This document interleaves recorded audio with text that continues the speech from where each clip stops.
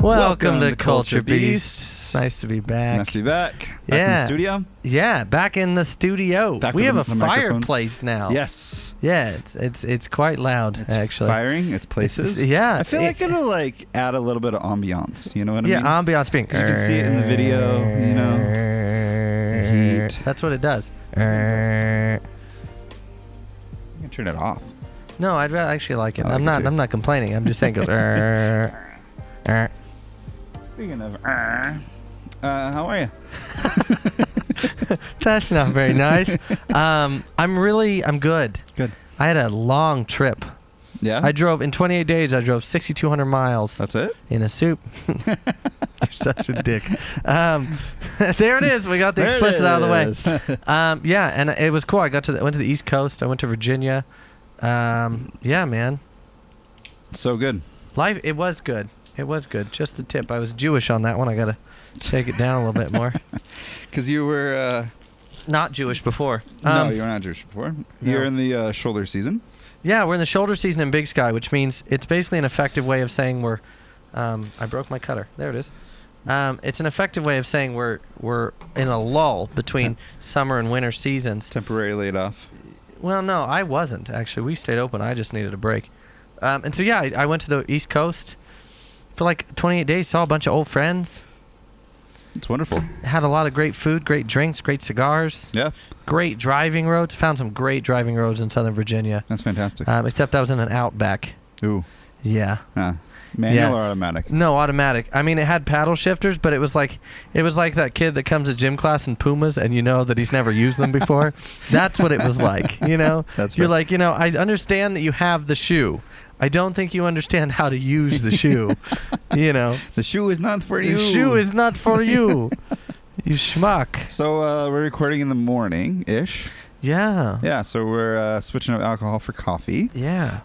This morning we are drinking a Costa Rica from my buddy Jesse in Great Falls. He co-owns Al Blanco. It is Blanco. Okay, yeah. Al Blanco. It's, there it is for all the people to see. Yeah. It's great. Him and his brother run the business. His brother does all the food, and then he does all the coffee. Ooh. The guy's just absolutely incredible. Well, now I know where I'm going to go in Great Falls next time. I don't go to Great Falls often, but... It's so good. So he made me a coffee with the espresso machine. Not an Americano, a coffee. Like a drip coffee. Yeah, like a drip coffee with an espresso machine. That's fancy as hell. Yes. How does he do that? I've been wanting to try it for a long time. Well, you have one in your house, right? But it's like a special, it's a specific way of how you do it. Like it's a whole thing. It's a whole thing. That's exciting. Yeah, it was really. Think really if you fun. could do like individual drip coffees with an espresso machine, right? Yeah, That's couple nuts. companies have done it, and then he's figured out how to do it, and it was you so should have him teach you. I would like to learn. I think I need a different espresso machine for that, though.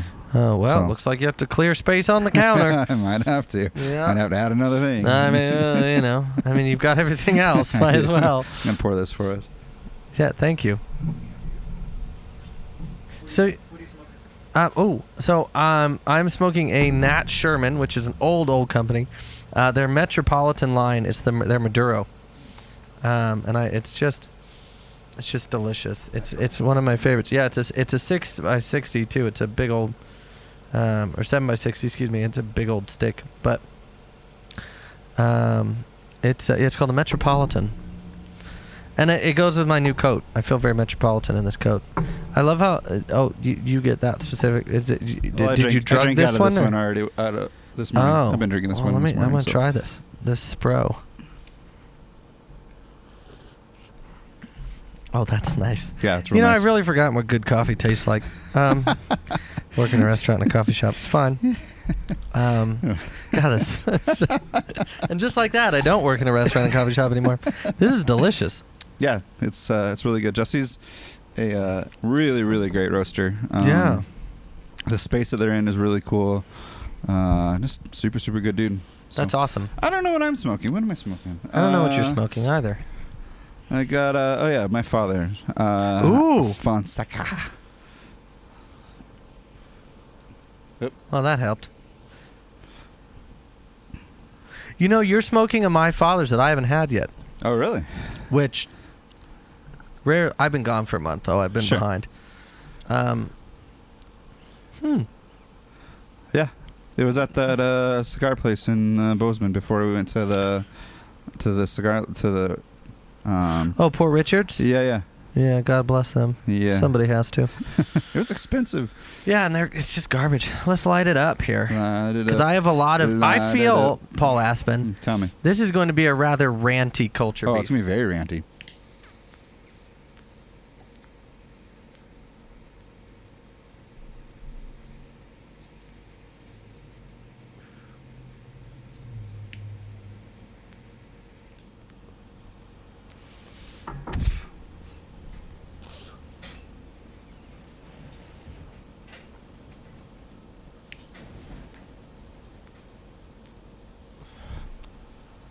Ooh, that's interesting. So I have to. Normally I would never do this, but it's peeling because we dropped it. Mm. And by we, I mean you. I dropped it. You dropped it.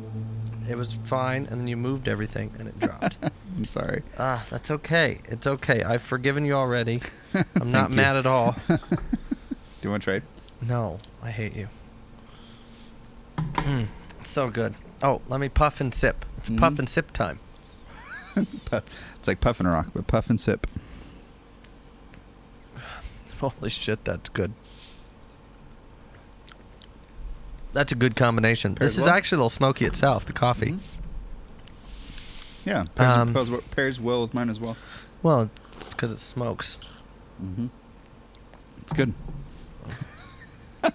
I'm glad to see everything's back to normal. Nothing's changed in a month. Nothing's changed. So, do you want to start the rants? Yeah. I have lots to talk about. This might be a bigger episode. Might be a little longer. Do you want to start or do you want me to start? You start. I'm going to start with film news. Okay. Film rant. Yes. It's a little windy here. It's very windy. So we're praying to God that the show goes well and the roof stays on. Yeah, apparently my roof is on. Yeah. So I've seen like back-to-back-to-back blockbuster movies. I haven't been to a movie since you and I saw Ford versus Ferrari in theaters. Right. And changed my life. Mm-hmm. I saw No Time to Die in Michigan, and then I saw Dune in Delaware, Okay. and then I saw The Eternals in Bozeman. Yeah. Different franchises. Sure. So I want to start with No Time to Die. Okay. I'm a huge Bond fan. Right. This is not a secret. Right. Everybody know. Yeah. I dress like this daily. Yeah. Yeah. Obviously, I have some sort of sick fantasy. He is your not idol. No, but he's somebody I take inspiration from. Yeah. Especially fashion-wise. Aspire towards. Yeah, definitely. Yeah, I have some aspirations for Yes. sure. I'm a little too fat to be a secret agent, but You know, you're not very good at secrets, so you can't be secret. I'm not. I'm terrible. And I thought, controversially, I think it's the best Bond film they ever made. Ever. Yeah, ever. Wow. Period. And I think Daniel Craig gave one of the best performances he ever made. Or he gave the best performance, but he gave one of the best Bond performances. And I think one key element as to why it was so good is they made him human. Oh. And I think the only reason he was human is because Phoebe Waller-Bridge, she's a woman, writer, director, comedian, all that stuff. Sure. She came in and rewrote the dialogue. Oh, interesting. And I'm here to say, I think because of that woman writer, I think is the reason it was so good. Huh. Interesting. I think if they had kept the writing staff that they had originally, I don't think it would have been as good. Have you seen it? No, I wanted Then to I won't go, give and any. I won't give any spoilers. It's not in theaters anymore, is it? I don't know. They gave James his run of James Bond the ending it deserved. Really? Mm-hmm. Is it? So is James Bond done then with this movie? Mm-mm. So what you have to remember, and this is how it was explained to me earlier, last couple of years. Each Bond has its own timeline kind of thing, its own continuity. So then when a new Bond, it's like a new timeline. Okay. So they are the same, but you kind of have to just hold them to their own characters. Yeah, because like when I watched the trailer for it, it really it seemed like they were like, oh, this is the final Bond, the final one. You know what I mean? I was like, no, like, what would we do without like? They're gonna do Bond as long as they can because they make a shit ton of money off them. So here's my rant. Okay, go ahead. I think that if more blockbuster movies one, made their heroes human. Yep. But two, I think it's time to start, and this is going to be controversial, but I don't give a shit. It is time to start letting women writers into male-dominated franchises in the film industry. Yeah. Because it made that movie, and it was very apparent that it made that movie. Yeah. I want to see a female writer for Fast and the Furious 27 or whatever the fuck we're on. Yeah, because I think, like, I mean, it's no secret that women are more pragmatic than men, you know, so they see the world in a more realistic perspective. I think they're more driven. I think they're more passionate. I think they're more intelligent. I think they're by far the superior species.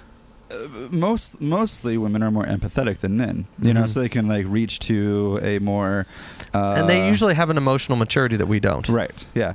I mean, like what I was thinking, like the example that I was thinking when you're talking about making Bond more human was that's what the Fast and Furious lost. You know? They're not human.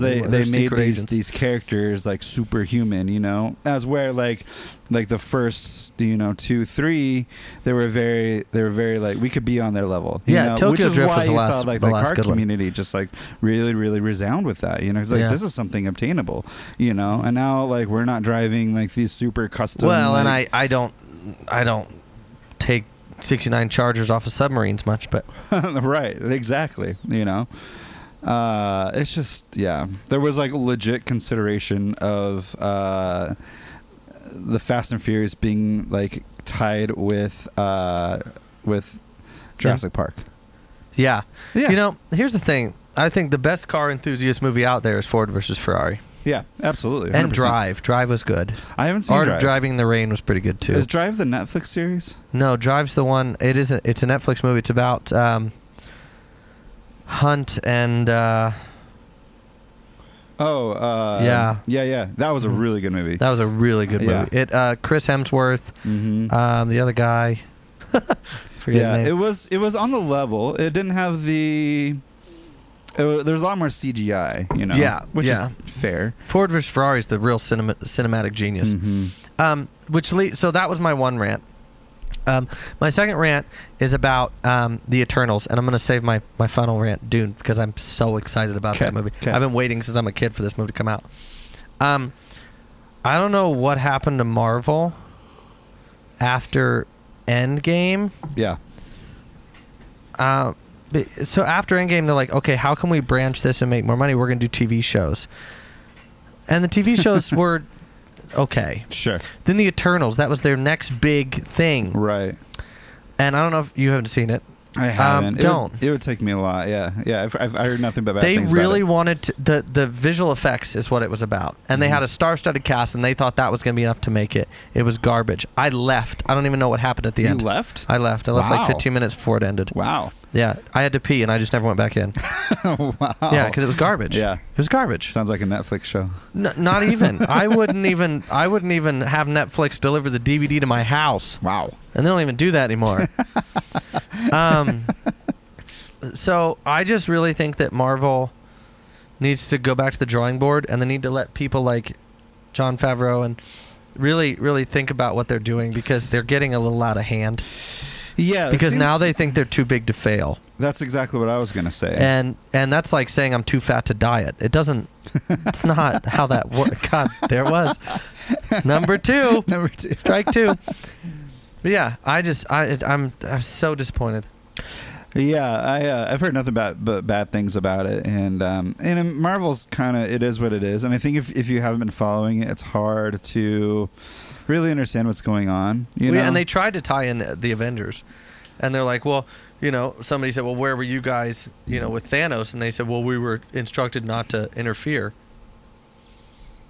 And so like it was a stretch, it was a reach. And there's other Marvel things that like I'm excited for. Like they're bringing back X-Men. They're bringing back Blade. Oh, really? Blade, back in the day, the original Blade in the 90s was what saved Marvel. Do you know that? I didn't realize that. With what's his name? I can see him. Yeah, I don't remember. I don't know his name. I'm bad with actors. Wesley Snipes. That's right. Yeah. That saved Marvel. Really? So hopefully it'll do it again. So my third and final film rant Yes. is Dune. Okay. I heard it's epic. It's one of the best films all around I've ever seen in my life. Wow. Strong statement. Writing, I know, because I'm a film buff, you know. Writing, casting, visuals, cinematography, flow, the depth to scale that Villeneuve used. Like you have this crawler, Right. this spice refiner, or a spice refinery, not refinery. Anyway, it mines the spice, and it's massive. Okay. And then you see it attached to this carryall, which carries it around, and it's even bigger. And then it shows it flying through the desert, and it's that flippin' big. Huh. The depth to scale. This movie, just CGI wise and depth to scale, is going to change the film industry. Really? 2, I've never met a movie since Lord of the Rings that was better casted and better executed. And this is a strong statement for me because I have Gandalf tattooed on my arm. That's true. I think Dune was as good or maybe even better than The Fellowship. Wow. It's an even stronger statement. I Jeez. loved it. Wow. They mainly, I mean, I'm talking 90% stuck to the book. That's good. They just did, and the characters that, it has a Game of Thrones-esque, the book does. Yeah. Because a lot of characters that you love don't make it as long as you want them Right. to. But they gave them it was just well done. And I think for me, one, loving the book so much. Right. I couldn't have asked for better. Yeah. And that's good. something I love Hollywood that. I love hasn't hearing done that. in a long time. Yeah, and that's what I was just thinking. Like, there's you don't hear people raving about movies really anymore. They're just kind of like, it's okay. Yeah. Yeah, and I think we talk a lot about intentionality. You've been hearing me talk a lot about that in my life, and I think that's really what it comes down to. It's rubbed off on me. Yeah, is with Marvel, like how unintentional was that whole movie? Oh God. Right. And then it was like they just kind of threw it out there and was like, well, let's try it. Yeah, exactly. There's no character development, I assume, I mean, not the cinematography, and I think part of that is the green screen. You know what I mean? Yeah. I think it's hard for actors to act in green screen, because I think it can be certain, like if you look at Avatar, the blue people, not the airbender, you look at some of the behind-the-scenes stuff where they were wearing motion capture suits and everything.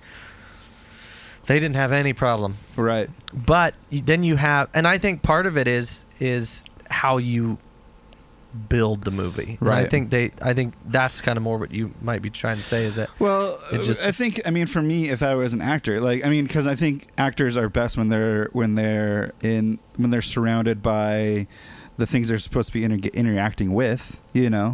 Like you see skits and sitcoms, they're in their environment. Dropping this thing just ruined it. Sorry, dude. That's all right. It is what it is. It'll smoke. It'll smoke. That'd be a good quote for Culture Beast. It'll smoke. It'll smoke. Anyways, dude, it'll smoke. But with Ford versus Ferrari, phenomenal movie. The acting was good. I think in large part because they were able to interact with their surroundings. Yeah. They can see what they're responding. They can see towards. the cars. They can feel the cars. Exactly. They see the road. Yeah. No, I could see why it'd be hard to perform well when you're just having to pretend that you see a mountain or see. But then you look at Dune. Was Dune all CGI? A lot of it. Interesting. And it was amazing. Yeah. It's on HBO Max. Is it? I don't have HBO Max. I do. I'm going to give it. You need to watch it. And you've got surround sound, so you'll be okay. It needs to be experienced in the proper set. I mean, it really does. Yeah. Pour yourself a scotch and watch it. I will. It was unbelievable. I do think one of the downfalls is I really, sticking so much to the book, there are a lot of questions. Like if you didn't read the book, you have a lot of questions at the end. Sure. And they're breaking the first book up into 2 movies, which is good. Yeah. But you'll have a lot of questions. Yeah, maybe I should read through the book. I don't know. We'll see. My rant. Can I go on my rant? Oh, I can't. Is it the rant I think it is? Yes. I can't wait. I hate Netflix movies. I am so done with Netflix movies. They are awful. Get him. Dude, I have never seen a Netflix movie that I enjoy. I have literally. There's one that I enjoy just for the ridiculous. What did you watch? Army of the Dead. Which one's that one? With Dave Bautista and the zombies. I didn't see it. I just enjoyed it because it was retarded. Sorry, we can't say that word anymore. I enjoyed it because it was ridiculous. Yeah. We're going to edit that part out. I enjoyed it because it was ridiculous. Man. So I tried watching like Red Notice or whatever. It's supposed to be with The Rock and Gal Gadot. Yeah. And whatever his name is. Ryan Reynolds. Yeah, Ryan Reynolds. Yeah, that's an attractive man. Great. Yeah, he's a handsome dude. Yeah. But like great premise, great cast. Just the development and the way the movie progresses, and it's just sucks. It's painful. It's painful. I turned it off. Like, Oof. I don't think I've finished a Netflix movie in a long time. I hate Netflix That's a shame. movies. It is, because, like... They think they're too big to fail. Yeah, and it's like, am I wrong? Because, like, it's like the number one streaming movie, you know? But it's like... Well, I think Hollywood, and this goes back to the Eternals. Yeah. I think we live in this day and age where they think if we just throw enough star power at it, people will watch it and we'll make our ratings and our money. Right. Gone are the days where a lot of people care about making a quality movie. Right. It's intentionality. And that's why I think you'll like Dune. Yeah. I mean, I love intentional things, and that's just like why I didn't like Red Notice, because it just didn't seem intentional, you know? Like it has all the potential to be a really great movie, but it's horrible.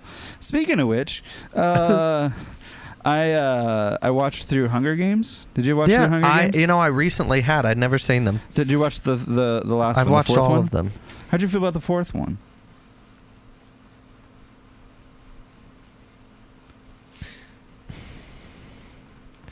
I don't remember. I was like, he's either crafting something very, very intellectual there, or he completely forgot what it was. I forgot what it was about. I remember the first two. Well, it's convenient. The second one was the most vivid what it to was me. About. Oh. Yes. Well, the second one was the most vivid for me, with the rotating field and the clock, and I love Philip Seymour Hoffman. The third one was good, and then the second... That was the one when they're like going through the city, and they're like... Yeah, I remember that one too. No, the fourth one was the city one, where they were going through the city. Oh. I don't know why I said that. Anyways, yeah, it's just like... Maybe I do remember what happened to the fourth one. So they spent the 3 movies propping her up to be, you know, the person that is like leading the revolution, you know, like she is the Mockingjay, you know, and then like toward the end of the movie. Where's the one where she shot the lady? That's the last one. Oh, then I vaguely remember that. Yeah. But they didn't do anything to carry that theme through the finalization of the movie.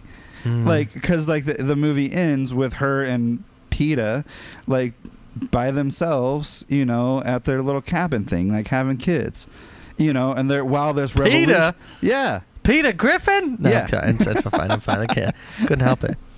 PETA. But they forget like the entire, like, she's not a part of like the new revolution. She's not a part of the new like government. She's like, they don't even mention her. Like, there's just, it's just. Well, she shot the leader of the new government. Right, but you would think that there would be like I did like that tyrannical moment, and then she chooses to shoot her. God, that was so good.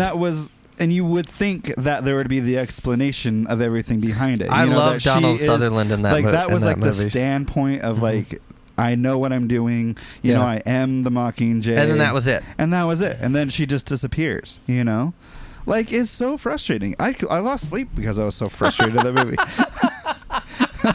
I lost sleep. I stayed up for that shit. And it's not like I was stayed up thinking about how mad I was at that movie, because like I had spent like, you know, all this time watching these movies, and it's just like that's just it. You know, they just hide her away. You know what movie? What movie that I took the time to watch all of them because I wanted to have a intelligent and actual experience based point when I talked about them was Twilight. Perspective, yeah. Twilight.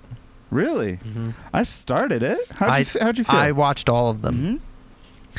For 15, 16-year-old girls, God, it's got to be amazing. Yeah. I'm a 31, almost 31-year-old male. It's garbage. Really? I mean, from the beginning to the end. It's trash, huh? It's trash. It made me, and I'm a huge Michael Sheen fan, it made me like him less. Wow. The fact that he was in that movie. Wow. I was like talking to a girl that was like big on Twilight back when like it was first out. And I started watching. I was like, oh yeah, this is kind of all right. And then like after her and I stopped talking, I was like, yeah, I don't really care to watch this anymore. So yeah. Well, there's our film rant. Here's our film rant. I just like, my heart just hurts for the film industry. And now they're talking about redoing Back to the Future. Mm-hmm. And it's just like, they're redoing Ghostbusters. What's that? They're redoing Ghostbusters. Like, they're just out of ideas. Mm-hmm. Like, I almost don't Dune want was to a remake, them. but when you get these epics like that, if you do them right, like Lord of the Rings, Yeah. Lord of the Rings, did you know Lord of the Rings was a remake? Was it? Of what? A cartoon. Oh, really? Yeah. But I mean, like, imagine redoing the Lord of the Rings. No, you won't. They might. No, that's stupid. The way they wouldn't. Peter Jackson wouldn't allow them to. I mean, because like, here's the thing: the Tolkien family still owns the rights. Right. But we're getting another Batman, which here's the thing. I actually think Robert Pattinson, and I think 2 Culture Beasts ago, I ranted about how much of I wasn't looking forward to it. The more trailers that come out, more excited you get. I think he's going to be one of the best Batman we've ever had. Really? Mm-hmm. Yeah, the last one was good. It was dark, but it was good. Yeah. Oh, and that's just it. Batman is a dark comic. All right. Yeah, I think it's gonna be good. Yeah. Do you wanna talk about which one? The Forza? Oh yeah, the other rant. Yeah, the other rant. I can't wait. See, this is what happens. He likes to give me these rants, and so now I'm like, dance, boy. Do the thing. Mm-hmm. You want to lead off? Video games. Okay, so Forza. Forza. Yeah, Forza 5 came out. As we are primarily a car culture podcast, so we got to talk about.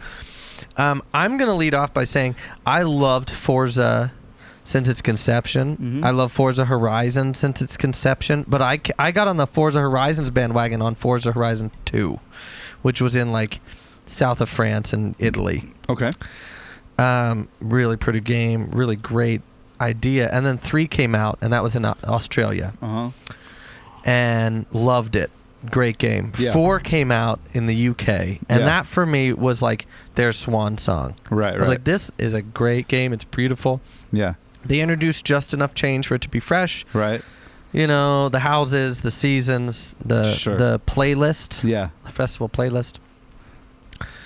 So I had high hopes for 5. Yeah. I am actually probably the more opinionated of the two of us on Culture Beast. I am going to say the jury's still out. Yes, and that's for me. So Hugh and I had a private. Well, we talked the other day. Yeah. I had played it the night that it came out, and then talked with him like the next day, and he asked me how it was, and I said jury's still out because I just, there were some things that I wasn't really sure about. And so now that I've played it for a while, like I actually really love it a lot. Like, the thing that so there's some hiccups that I don't like about it. Like, winning clothes has always been annoying. Emotes or whatever. Yeah, they call like I hate those. Yeah. I hate that it doesn't tailor to you. Because like yes, last night I ran a skirt. You know what I mean? Okay, but now hang on. Women play these games too. Sure, but like this game, it has you say like who you are. Like which is the society that we live in. Yeah, and that's okay. Yeah, but if it's saying like this is. But once you choose. Yeah. Like I don't. Yeah, but when I owned my suit company, I suited women in men's suits. Sure, but you're not going to be playing as a woman, are you? No, maybe. Right. I played Assassin's Creed Odyssey as the male and then the female, and it was a different game. Would you? I mean, they both wear skirts, but. But like for me, like I'm never gonna put my character in a skirt. I just might now that you said I won't do it. I might just full blown like breakfast at Tiffany's dress. You would. No, I understand what you're saying. I just think, and it's frustrating because after like you win this big race or you like do whatever, and then like and then it gives you a free wheel spin, and then you win a skirt. You're like, what am I gonna do with this? You know what I mean? or the car horns. Or the car horns. I never use the horn. Yes, I don't give a shit. That's what I mean. Like, there's so much better things that you could do with absolutely. those. Like one of the issues I have with it is, and this is like one of those like stupid OCD, because I've discovered this year that I'm very OCD about certain things, like clinically OCD about certain things. Sure. How when you're in the auto show to buy the cars and now they're at a different angle? Yeah. I hate that. I hate that too. I hate that so much. Yes. I hate it so much. It seems very arcadey. Yeah. And well, now they have Horizon Arcade. They're trying to be like, oh, look at it, cool. Oh, really? Mm. The other thing that really bothers me is one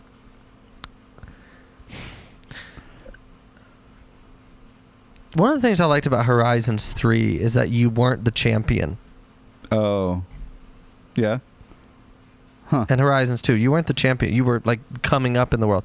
And then 4 and 5, they're like, you're the champion coming in to make everything. And those expeditions, I hate them. They're stupid. Now I have to find like little items. Yeah. And so, like, I just want to drive, man. I actually like the expeditions. I think it's stupid. I didn't think I would. But they're crafted in a way that are kind of fun, I think.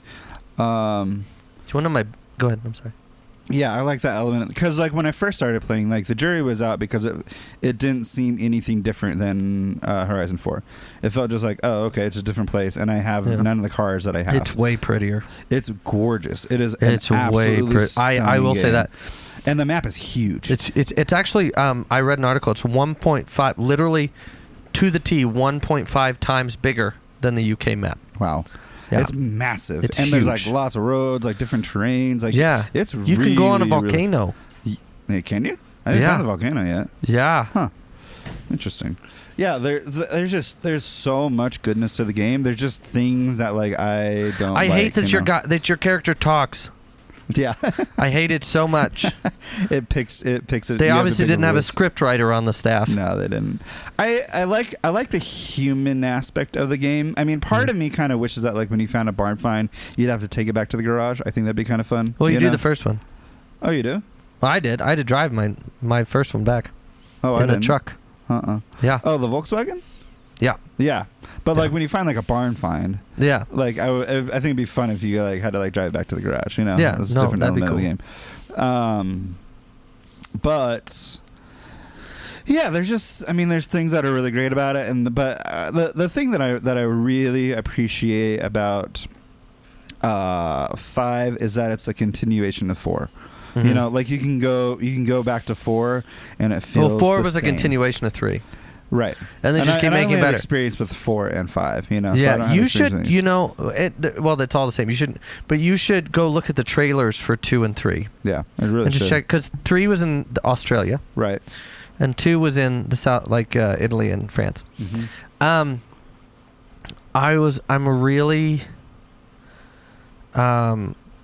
I have high hopes, and I like it. Don't get me wrong, but I haven't played enough of it to quite get into it yet. Yeah. Well, in 4, like I said to you earlier today, like I've stopped doing the races now that I'm so far along, and just now become kind of a car collector, and I love that. You know. Yeah, and I think that was that's what I like about 5 is it has more room to grow. You know, with the expeditions. You know, the expeditions are actually like once you get into them, they're actually kind of fun. There's a lot of them. And you can upgrade each one. Yep. 4 or 5 times. Exactly. And I think it's going to be a longer, like, actual, like, campaign gameplay, which is going to be nice. Yep. It's not just once you get you just keep doing it. Right. Because there's more races. There's so many more roads, you know. Yeah. Like, it's a bigger map, so there's going to be more races. Yeah. You know, so it's not like you, like, do all the races and then you're done. And then you just collect cars. You know what I mean? The physics of the cars themselves, too, like, off-road, you know, especially, you notice it. I think they handle a little bit more realistically in 5. Yeah, they really do. It's definitely still very glitchy. Mm-hmm. I've noticed a lot of glitches on my end anyway. Yeah. They need to do, I think, a patch for that.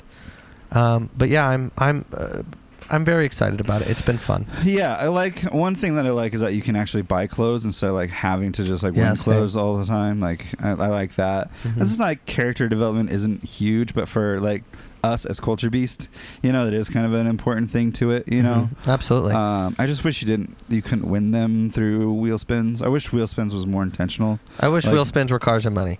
Yeah, that's exactly. Yeah, me too. Because honestly, that's what I need. Yeah, I don't want a horn. You know, I don't want a dress.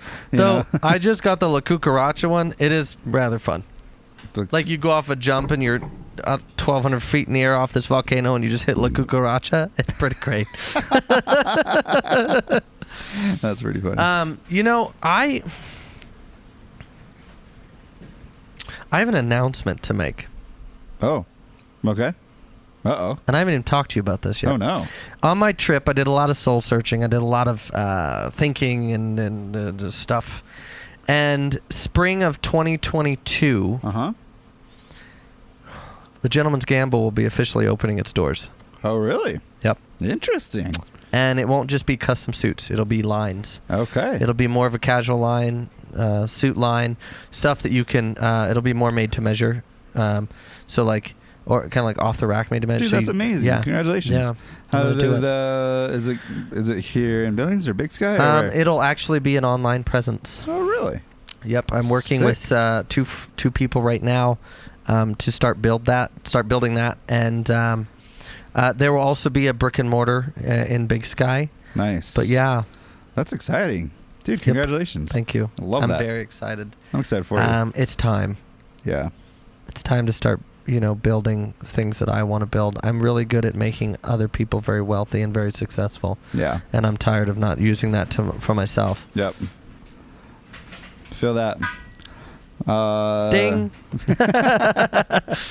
So yeah, that's happening. That's great. I love that. Congratulations. You heard it here first, kids. You heard it here first. I heard it here first. I'm getting out of coffee.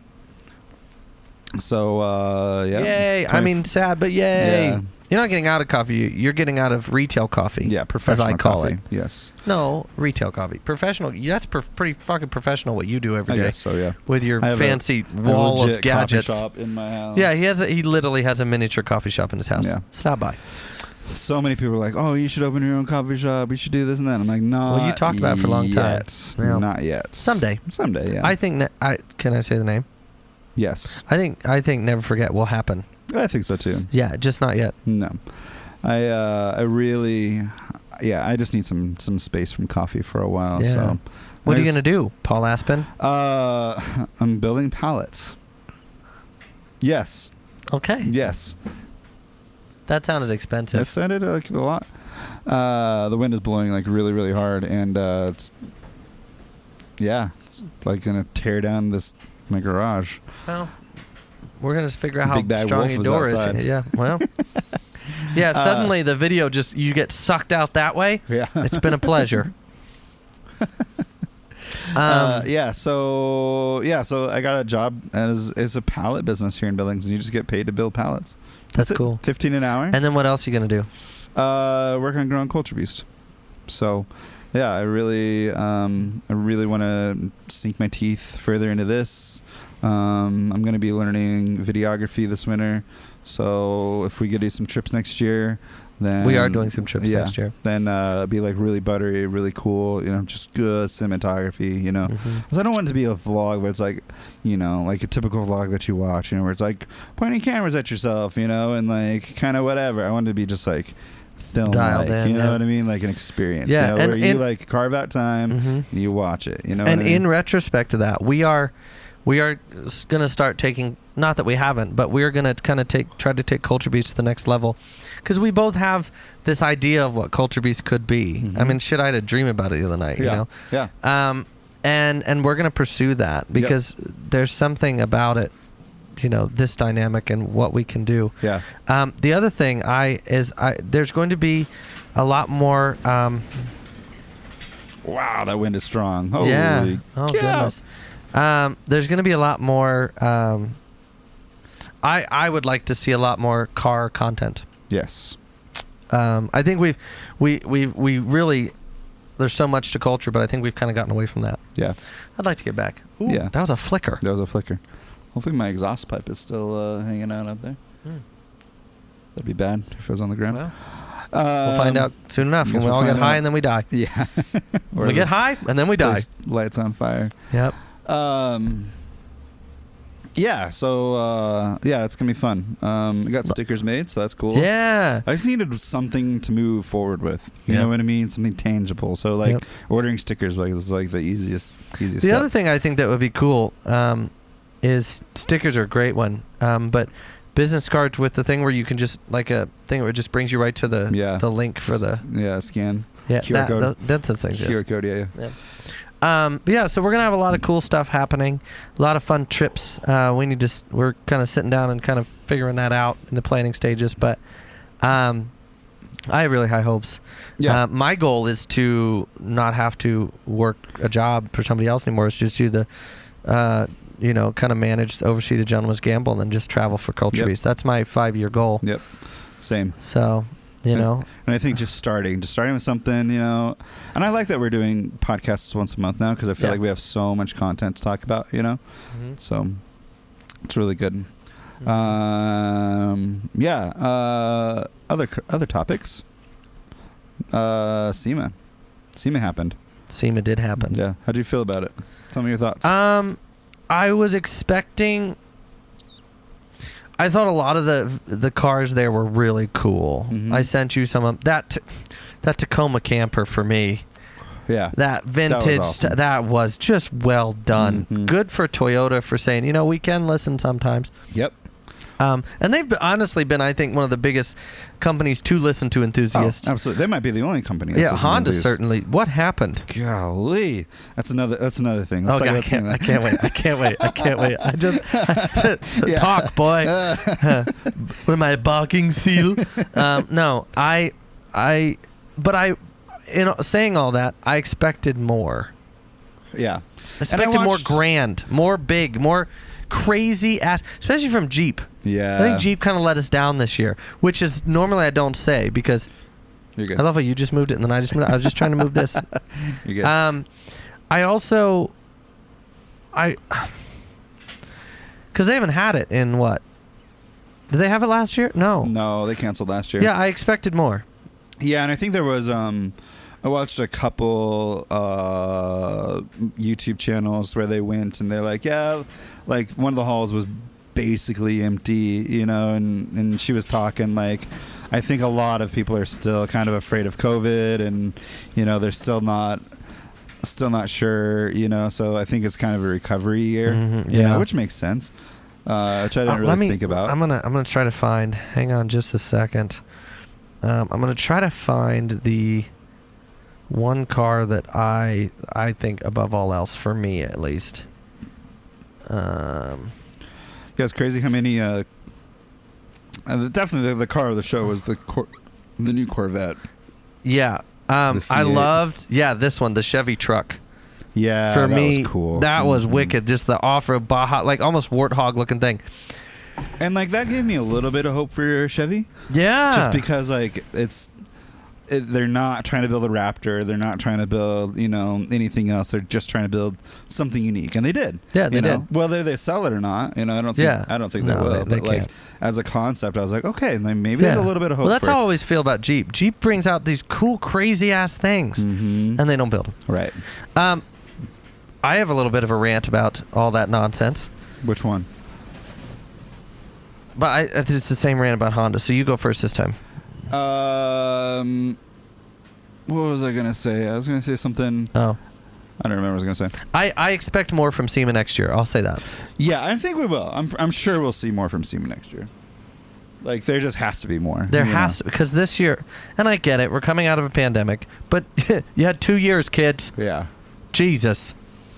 Yeah, and I think a lot of. I don't know if like. Yeah, I don't know.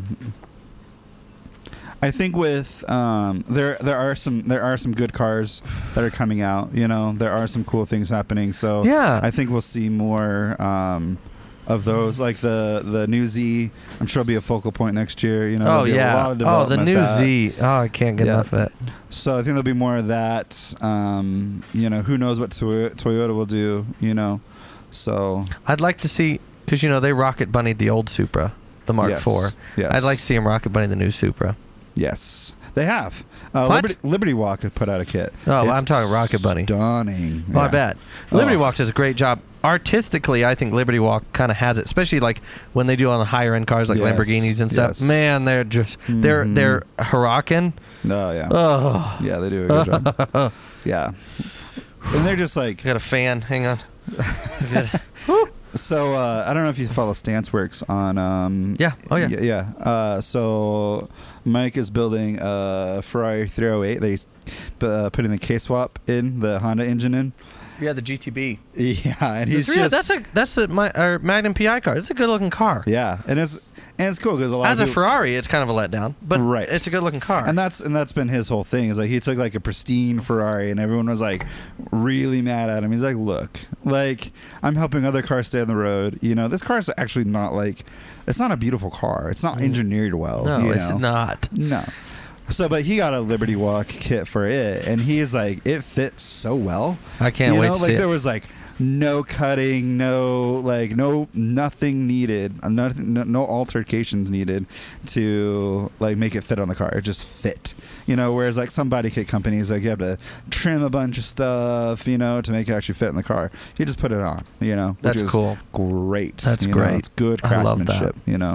So. RWB in Australia, he just built a 964.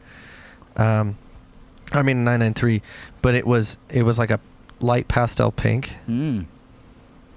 Yeah.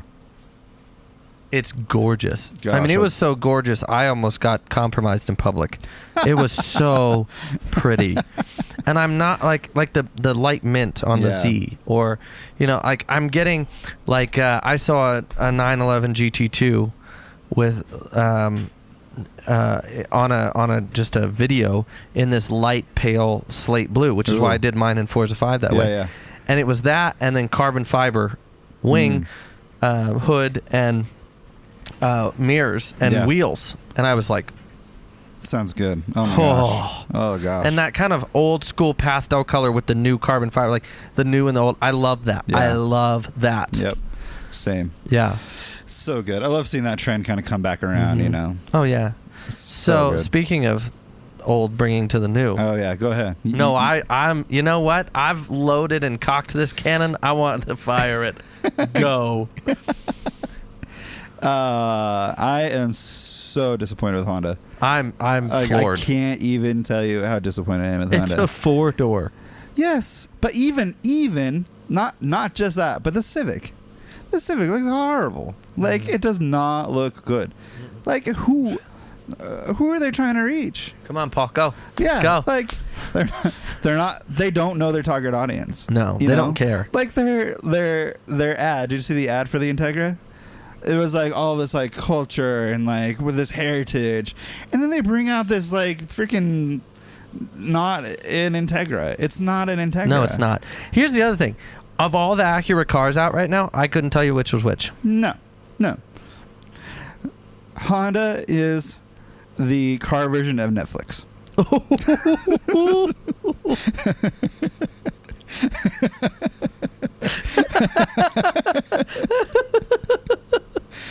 What the fuck?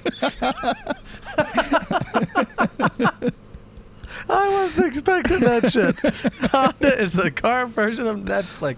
I turn it off 15 minutes before it ends. Yes. You're like, well, that looks like crap. Yeah, I'm not watching that. we park it, turn it off at bench, and walk home. Yes. Like we don't even want to. Yes. Yeah. No, and do you remember like the 90s, like the DX Civic with the hatch, Yes. the Type R they did. Right. Oh, like, and Mugan. Where'd Mugan go? Yeah. Bring me some Mugan shit back. Right. I'd love to see not the new Civic, but the generation before. I'd love to see Mugan Civic from them. Absolutely. Like there was a glimpse bring when it Honda here. was like, I know the target. I know what they want. When they brought back the Type R, I thought maybe they were going somewhere. Right.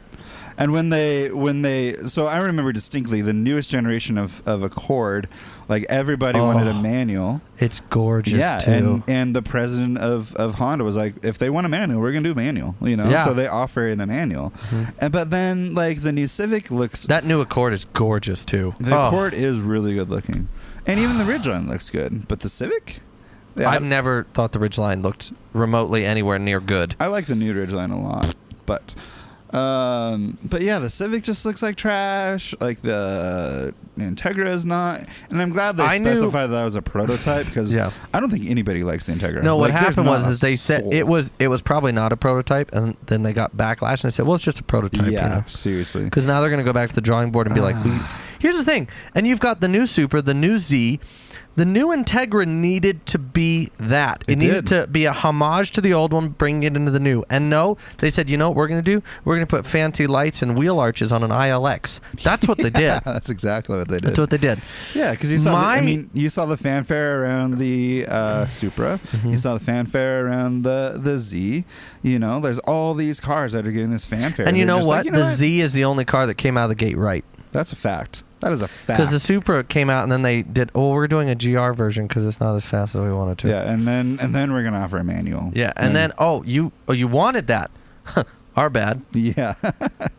Everybody online said they wanted that. You know, and for 6 months before you even built the car. Yeah, I mean everything about the new Z is good. You know, like it's good. The price point, you know, it's obtainable. Price point's great. You know, like I've thought about it. Twin turbo in the next year or so. I've thought about it. Yeah, it's twin turbo. You know, 400 horsepower. Yeah, 6 cylinders. Drive, like it's the car we and wanted. it's gorgeous. For Toyota being as good of a company as it is, they really missed the mark on that Supra. Yeah, they did. The outside looks great. But here's the thing: like, I forgive them because they made the GRM Yaris.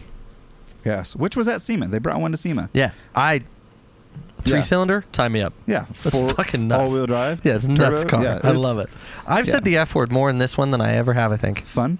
Yes. Yes. The fun word. The Fantastic. fucking fun word. Yeah. So like, I mean, we talk about Toyota a lot, but they are the company that like pretty much gets what they they listen to enthusiasts. Yeah. I don't think they are the most. I don't think they're the company that listens to enthusiasts the most, though. Who is? I think Porsche. Yeah? Yeah, because everybody said, I want a trimmed down driver version of the 911. And so they said, okay. Yeah. Here you go. Yeah, that's and true. in that, what is it, the GT? Where there's no wing and it's a manual. And it's, well, and they did it back with the 964 with the SC. Right. I think Porsche, or believe it or not, you might disagree with this. You're probably going to disagree with this. Porsche or Mazda, and the only reason I say Mazda is with the new MX-5, the new Miata. They listened. You know, we want a hardtop. Yeah. We want this. We want that. We want this. And they put every single one of the consumer requests in that car. Yeah, that's true. That's true. But Porsche has this way of letting fans, and I'm talking hardcore fans like Magnus Walker, being on development. Right. And you know, the president of Porsche said, I'm going to offer a manual as long as people want it. And I don't see that changing. Yeah, and that is definitely. And their PDK is one of the only flappy paddle gearboxes I think that actually works worth a damn. Really? Yeah. Have you ever driven one? It's brilliant. That PDK is quick. It thinks faster than I do, which isn't hard. But I mean, I really think that Toyota and Porsche are one of they're in that realm, and I think Mazda did it with one car. Porsche doesn't have a big line, you know, whereas like they have a huge line. Well, yeah, but it's cars. Well, and it's an SUV, 3 cars, but there's so many variations of those cars. Yeah. There's one for everybody. Right, but with the hard thing is that Toyota has more chassis, you know what I mean? That's true. And I think in that perspective, I mean, like the RAV4 looks fantastic, the Camry looks great, dude. The new Avalon, the Corolla looks fantastic, the new Avalon looks is great, sexy. You know, the Supra looks fantastic. You know, I even like the new Tundra. I think the Tundra Tundra is. is stunning. Yeah, the 4Runner looks great. You know, the Tacoma looks awesome. Their whole lineup is good. You know what I mean? And it's very... I know how you feel about the Camry SE. Oh gosh. Yeah, I know. Fantastic. You're excited. Even the Avalon. I just said that. The new Avalon is sexy as hell. Yeah. Dude, I'd drive one of those over any of them. So like they know what they're getting into. Is it too much to ask for next year, Toyota, for SEMA to have a 600 horsepower Avalon? I mean, they're like 400, aren't they? I think they're like 400 horsepower. Let's find out. They're not slow. It's a V6. No, and it's always been like an executive big car because it's based off the LS Lexus. Right. I've got. Yeah. Let me see. I love the blinkers. Not a huge fan of the grill, but I mean, as far as big grills go, it's probably one of the better big grill cars. All right, here we go. Toyota Avalon specs. 301 horsepower. 3.5 liter V6. That's the other thing. It's been a 3.5 liter for a long time. Right. But 32 miles a gallon on the highway. They are one of the most comfortable cars I've ever ridden in. Oh, yeah. And they start at 36. I mean, for what you get. So let's see. Specs on the engine here. 267 foot-pounds. Yeah. It's not a bad... They're gorgeous. It has how many horsepower? 300? 301. Yeah. So it has the same horsepower as a Subaru STI. Yeah.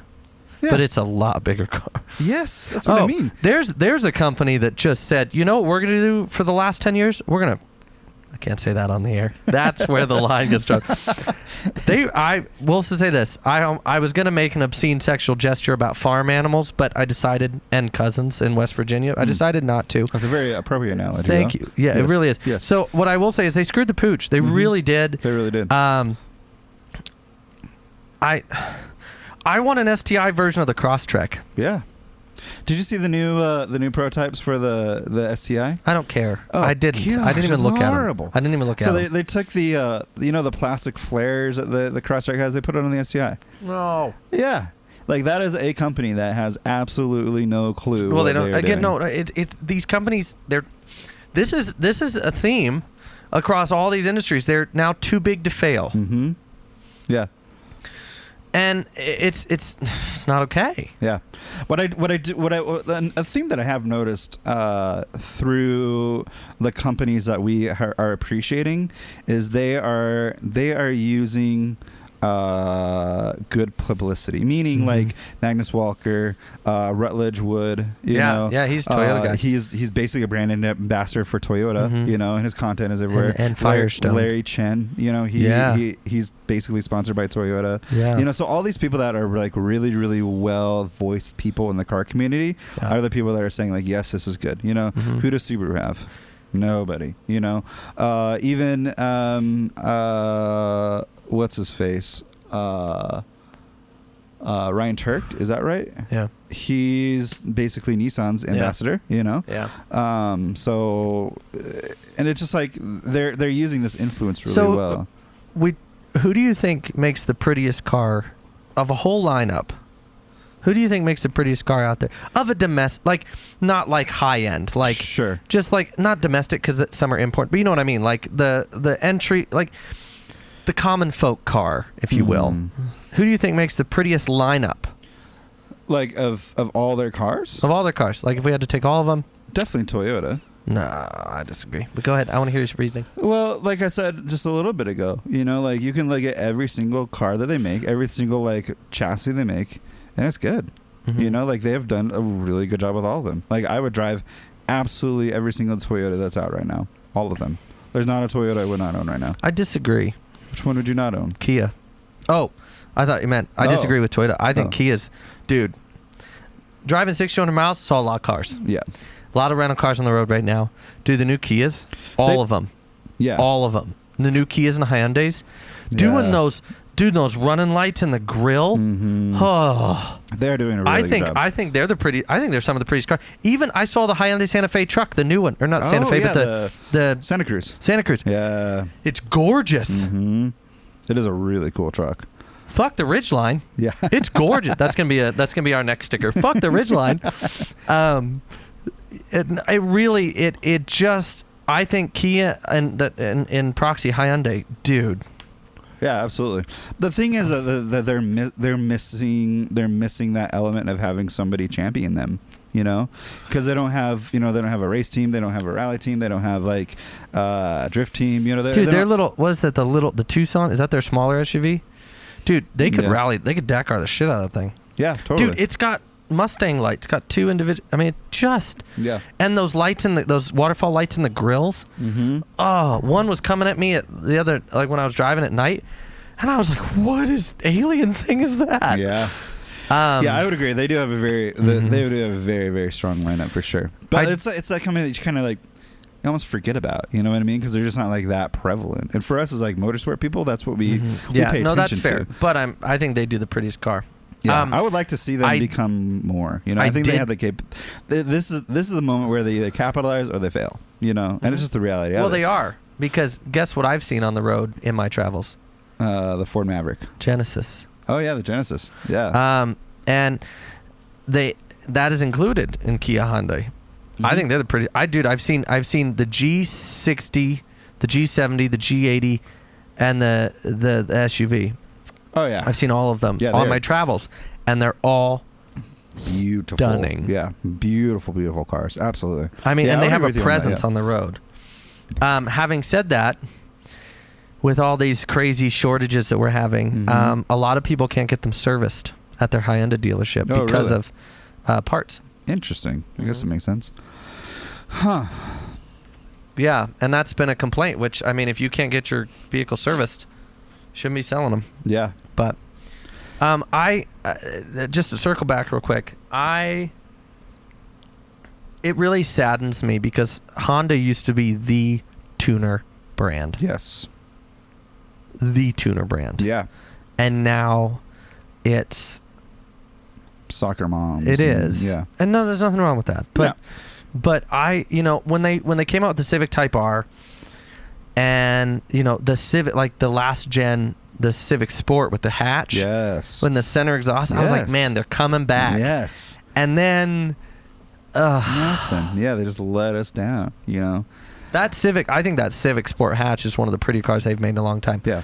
And when it took them the second generation of new NSX to get what the first generation should have been, I lost all faith. Yeah. That was it for me. I liked the new NSX. I thought it was really beautiful.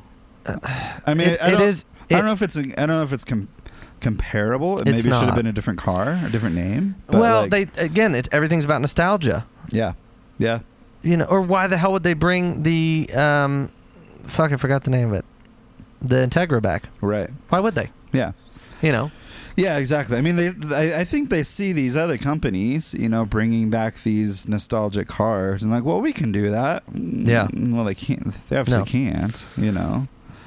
I think more companies, if you want that nostalgia, do what Aston Martin does. You want a DB5? We'll build you one for $1.5 million. We'll build you a brand spanking new one. Yeah. But I mean, as far as you want a 97 NSX, we'll build you a brand spanking new one. Yeah, but that's what Nissan's doing well with the new Z, is they're pricing it at a point that is obtainable. In the next 5-10 years, they're going to be $10,000. Yeah, I want to buy one before then. I think Nissan really outdid themselves, and I was kind of wondering what happened to that company to give them some juice when they took the Titan and put a Cummins in it, right, with an Allison transmission, which is a match made in heaven. Mm-hmm. Absolutely. And their cars are not bad looking. No, they're aggressive. Not. Yeah. The new Frontier, did you see that? Yeah, it looks fantastic. Oh, I mean, Brie Larson wasn't bad either, but took me watching that 3 times to actually see the car. Paul has to awkwardly sip every time I bring up the opposite sex. But I think what I'd like to see is more companies go back to their roots. Yeah. And we in previous episodes, like last year we talked about it, how companies are going to do it, and they are, Some. Yeah. But I think with this chip shortage and this supply chain shortage or whatever's going on, and these choices they're making, I think we're going to see some of the big brands kind of go away. Yeah. Interestingly enough, we, a couple, maybe 3 or 4 podcasts ago, we talked about how, like, predictions we had for the future. I remember that. Yes. Yeah. And that was some heavy shit. Yes. And I was saying that someone's they're gonna produce a alternative fuel. Formula One is. Yep. I heard about that. Yep. So it gives me hope for petrol cars. One for Paul. One for me. I talked to somebody at a Toyota dealership the other day. I was getting oil changed in my mom's car for her in Bozeman, and I was talking with this gentleman, and he said, and he was very knowledgeable, and he said that's the reason Honda and Toyota and Mazda haven't given up on hydrogen-based cars, is because the infrastructure for electric cars just isn't there. Right. And I will swear on a stack of Bibles, there in the last 10 years, I can't remember how long ago it was, I saw an article that Audi had achieved a synthetic gasoline, and I saw the article once. I never heard about it again. Yeah, Porsche developed one. Yeah. Or it was working on but one. But it's not profitable for big oil. Right. So what hits me is that we have the technology. Yeah. What can we do to make the technology profitable for the companies that control the economy? Right. Yeah, and maybe it's just a different. Welcome to capitalism, children. Yeah, seriously. Yeah, because I think electric cars are what they are. There's some really good ones. But yeah. Several episodes. I read that article that the president of Toyota was like, we just can't do this. It's just not sustainable right now. It's not. And I think other he's companies right. are looking into it. You're like, yeah, there's just no way. There's just absolutely no way that every car can be electric by 2035 is what they want. 35. We don't have the infrastructure. Even Elon Musk has said that. Yeah. Yeah. And that guy's he's not a slouch. No, and he's had a great 2 years, dude. Yeah, he's got a great 2 years. Dude, he got $36 billion raise in like a month. Yeah, he's doing all right. Yeah, but I have to, because we've talked about Elon quite a bit on this show, because I'm a big fan of how just Bond villain he is, and a very intelligent human and very real. He's a very real human. He is very real. Yes. And I like that. But he, somebody tweeted about the G20 or whatever, the summit, the climate change summit, about how if he just gave $6 billion, it would fix climate control or something. Of all the rich people. Yeah. Mm-hmm. And so he said, I will sell the Tesla stock right now. Yeah. If you can show me where the money goes, leave a transparent paper trail. Yep. Tell me everything you're going to eat, all this stuff. Mm-hmm. They never responded to him. Yeah. I love that. He was like, okay, let's go. Here's my money. Yeah, I'll sell. He said, I will sell it today. Uh-huh. I'll dump the stock today. Uh-huh. If you can provide for me if you can prove to me you're not going to use it for corrupt purposes. Mm-hmm. Yep. Didn't even get a call back. Nope. So it's pretty interesting. It seems like there's ulterior motives. Oh, well, that's just is what it is. Yeah. And I don't like getting political on the show, but I liked his response. I did too. I thought it was very it's very fiscally responsible. Yes. Fancy that. Exactly. Fancy that, U.S. government. Fiscal responsibility. Fiscal responsibility. Ta-da. Look at us, Culture Beast. We just fixed the economy. We're not some so good garage podunk podcast. We just fixed the economy. Right here. Over and that, my coffee. dear children, is called capitalism. And like cannibalism is frowned upon in most countries. That's actually true. Yeah. Yeah. Yeah. So it's weird. It's weird. I think we will see a change in that, though, as we get closer. This whole keeping hush hush, the alternative fuels on the hush hush, when 2035 starts coming around and we can't do it. Yeah. Then people are going to be like, oh shit. Mm-hmm. Yeah, because we have to have fossil fuels. We have to. But here's the thing: a lot of things are made from petroleum. The thing of it is, what if cars didn't have to be powered with petroleum? Mm-hmm. Yeah. exactly. What a world. The new WRC cars have been testing. I don't know if you've seen any information on that. I've seen a little bit. Yeah. They're all hybrid now. Yeah, which is really smart. Yeah, and I watched, so Craig Breen, I don't know how much you follow WRC. But not as much as you, no. Yeah, so Craig Breen... I'm looking it up now, though. I want to see these. He's kind of been a privateer for, I don't know, the last year. Hyundai brought him on for like 3 or 4 rallies, and he just absolutely dominated. Oh, yeah, look at this compact. And so... so Ford actually picked him up this year, and so he's been doing a lot of testing. And it's a rule. Yep. The championship's new rule set will feature cars fitted with a compact, dynamic designed 100 kilowatt plug-in hybrid unit, producing 514 horsepower when combined with its 1.6 liter. Wow. Yeah. So I watched something yesterday about Craig Breen was explaining the new car, because so Ford is coming out with a Puma, which I don't know if the Puma is an actual car. Will you look it up? The Puma? Yeah, Ford Puma. It used to be.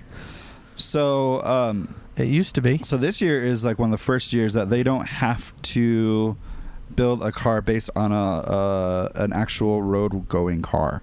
Oh. So the new Puma is a complete tube chassis car. Yeah, it's a complete like one-off race car. It's not for the United States. Ford Puma ST. Oh, there's one? Yeah. Huh. Oh. Yeah, it's not available in the U.S. and is strictly for World Rally Car. Mm-hmm. Or World Rally, yeah. That's what I thought. Holy smokes. Because the Puma used to be, well, I'll show you. It's nothing to write home about.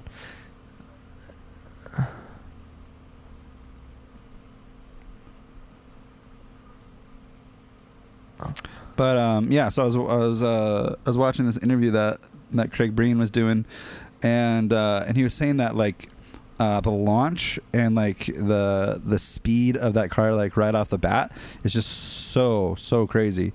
It's like super responsive with the new hybrid technology, and he's like, it's gonna change how people have to drive, because it's gorgeous. Yeah, because like there's just so much responsiveness outside of corners, that like right when you put on the gas, there's power, So it's going to change how people drive, which is going to be very interesting season next year. I'm excited for that. Mm-hmm. I love the ingenuity because Ford is in their ever since Le Mans. Yeah. Their ingenuity for they really do not discount their race department. Right. They really do. Yeah, and I mean, like Ford hasn't done well in the WRC, for the last, I don't know, the last time they won a champion or won a rally. Who wins a lot? You know more about WRC than I do. Toyota. Toyota wins a lot. I'm more like Grand Prix and stuff. This is just a side note. At the cabin, we get channels from Dish. Sure. In Virginia, my dad and I were sitting there, and it was Grand Prix, and he'd never seen anything like that. And he loved it. Mm-hmm. He loved it. Yeah, it's awesome. It's so fun. Yeah, so Toyota wins a lot. Hyundai does well. Mm-hmm. But Toyota's just been dominating, know. And there's driver lineups that are changing. I think the new cars are going to put everybody at a different pace, because actually this last iteration of WRC cars was the fastest WRC cars that were ever on the roads. So like but you had a hybrid instant power technology. No, sorry, I keep moving you. Last one, that's okay. I thought this would move better. There we go. This last iteration before this new one. No, I'm saying, but then you add a hybrid instant power. They're actually they're slower this year. This next year they're slower. Yep. So this last year was faster than Group B.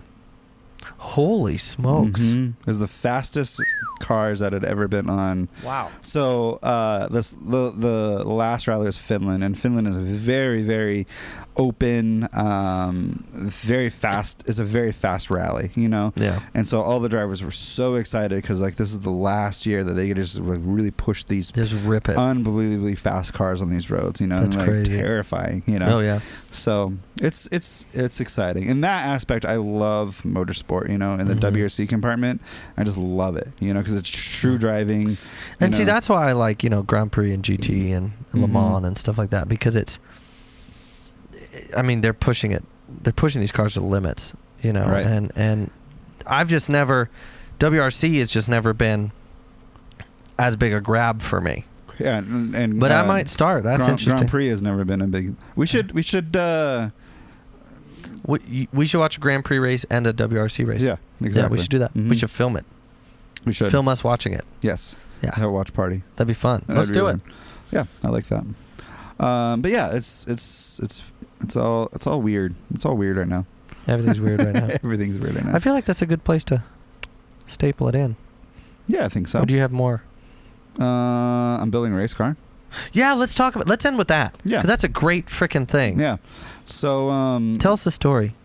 So this last year, I made a Facebook page called Montana Motorsport Index. Yeah, and check it out, please. Because there's so Like much and motorsport subscribe. that happens in Montana that we Lots just of don't it, know actually. about, you know. And so I kind of made this place, and so I ended up having a weekend off, or a Saturday off. So I went to a CA event, and I was like, man, this is so sick. And it's like this dude was mobbing around a Chrysler 300, you know, like just stock. And I'm like, why am I not doing this? You know, why am I not getting into this? Yeah. And Take your truck. What's that? Take your truck. You can take whatever you want. Yeah, just slide around that bitch. Yeah. So so I started thinking, well, what would be a good platform to start with? You know, and so I was looking at Subarus, and I was like, man, I don't know. Like, I need something that I can, like, progress with. You know what I mean? Mm. And, like, starting with a turbo is just not, I don't think, a good place to start, you know? No. More things to break. Yeah. Because it will. And that's exactly it. Like, Subarus require a lot of attention, you know? And it's like, it can kind of grow with it. So I was thinking getting like a first generation Legacy, you know, starting there, working my way up. And then I don't know, I was looking at Hondas, and I was like, I don't know, because I want to do rallycross as well. Yeah. You know, so I need a car that can do both. So a Legacy would have been great. But, you know, there's a lot of pitfalls. And then I remembered that the Ford Focus did really, really well, you know.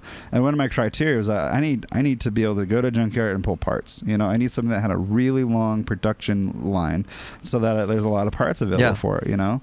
And so they made the Focuses for like 12 years. A long time, you know. They did well in the WRC, you know. Colin McRae, you know, had one, you know, and did well in it. Malcolm Wilson did really well in it. There's a lot of heritage to that car. Yeah, a lot of heritage, yeah. And they're cheap. They are. And so I was like, that's it. You know, so I started looking, kind of started feeling it out. There's a couple here in town. I was like, I don't know. And ended up finding one in Great Falls. Yeah. And it was $1,500. You know, the guy who owned it before me was a mechanic. You know, he bought it, put a new engine in it, a used engine in it, you know, and just went through it a little bit. The interior was you know, it's got dents. It's like the perfect car just to completely just go have fun. And so it's cool because like Colin McRae, he was famously quoted for saying, if you can make a slow car go fast, you can make a fast car go even faster. Yeah. And I have an opportunity to sit under that teaching and expand on my driving ability. There's that intentionality, kids. Yeah, and that's what I'm waiting for. So this year, I've stripped it. You know, I'm going to get a race seat. I'm going to get a good steering wheel. I'm going to put coilovers under it, you know, and just drive it the way it is. You know, make it at least somewhat manageable to drive, you know. And then next year, build an engine, 4-boost, don't boost it.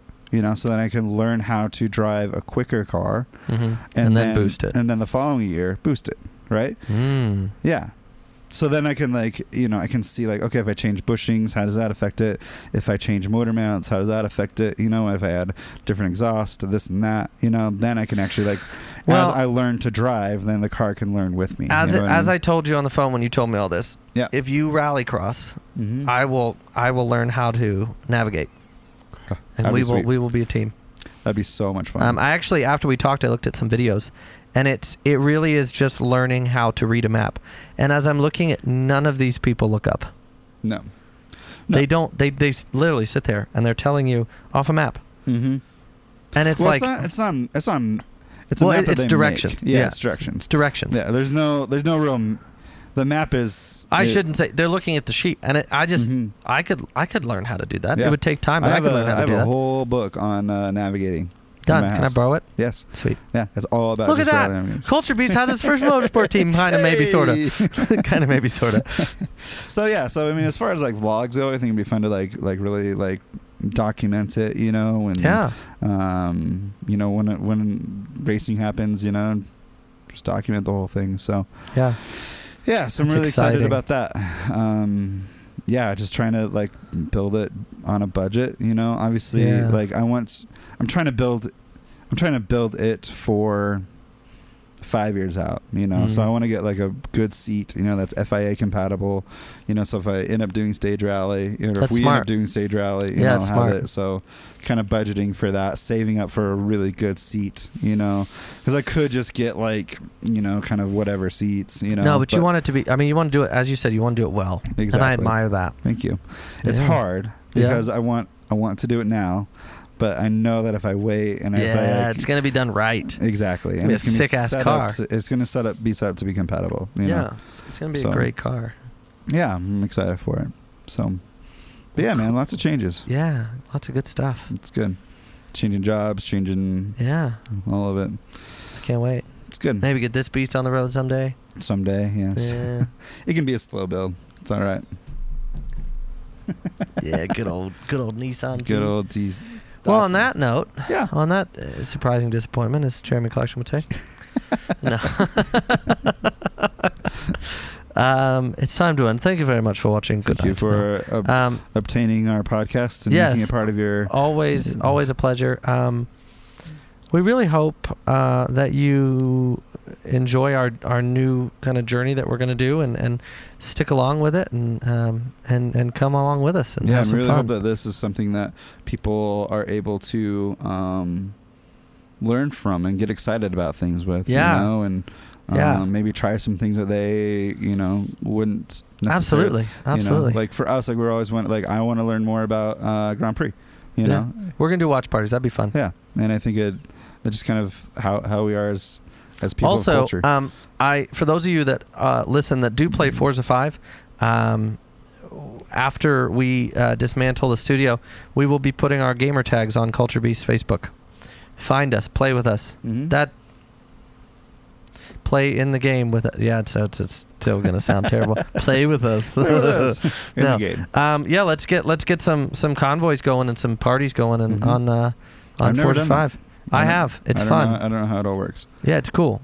You just need a live account and a headset. Really? You can talk to each other. And you can just drive around with people. Yeah. Interesting. We're going to do it when I get back to Big Sky.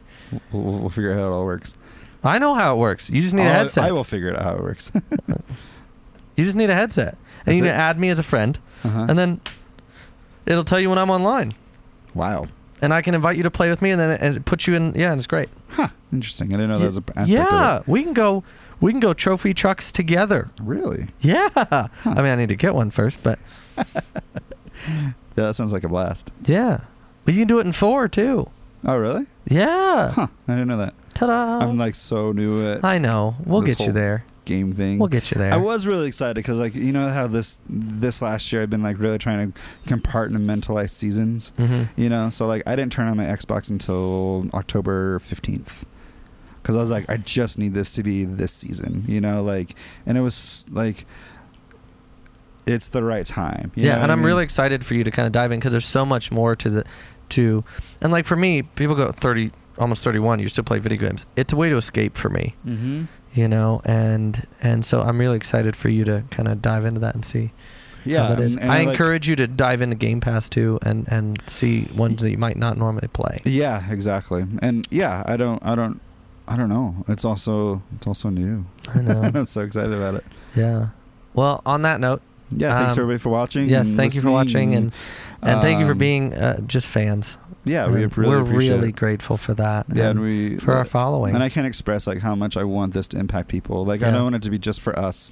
You know, like when we do trips, like I don't want the attention to be solely on us. I want us to like show you what is out there, what's possible, how to travel well. You know, how to be intentional with your life. You know, how to cultivate something that you just really care about. You know. Yeah, and it's not just going to be like there's things that he wants to do in this vlog. There's things I want to do, and we hope that those join well, and we hope that one might open your eyes to a bigger world, but two, you might have some fun watching it. You know? Exactly. Yeah. We want you to drink good coffee. We want you to dress well and feel comfortable. Yeah. We want you to drink good alcohol. We want you to to shop well. To design well. To do life well. Yeah. That's the point of Culture Beast, is to do life well. Do life well intentionally. Yep. On that note. That's a good note. That's a good note. That's a good note. It's like a. Thank you guys so much for watching and listening. Tune in next month. We'll have a new episode. And if you'd like a sticker, find myself or Paul, or shoot us a message on Facebook and on the page, and we will make sure that you get one. Yeah, and it'd be fun to develop more merch. And yeah, I don't know. It seems just kind of like the tip of the iceberg. Yep, we're hitting down. So.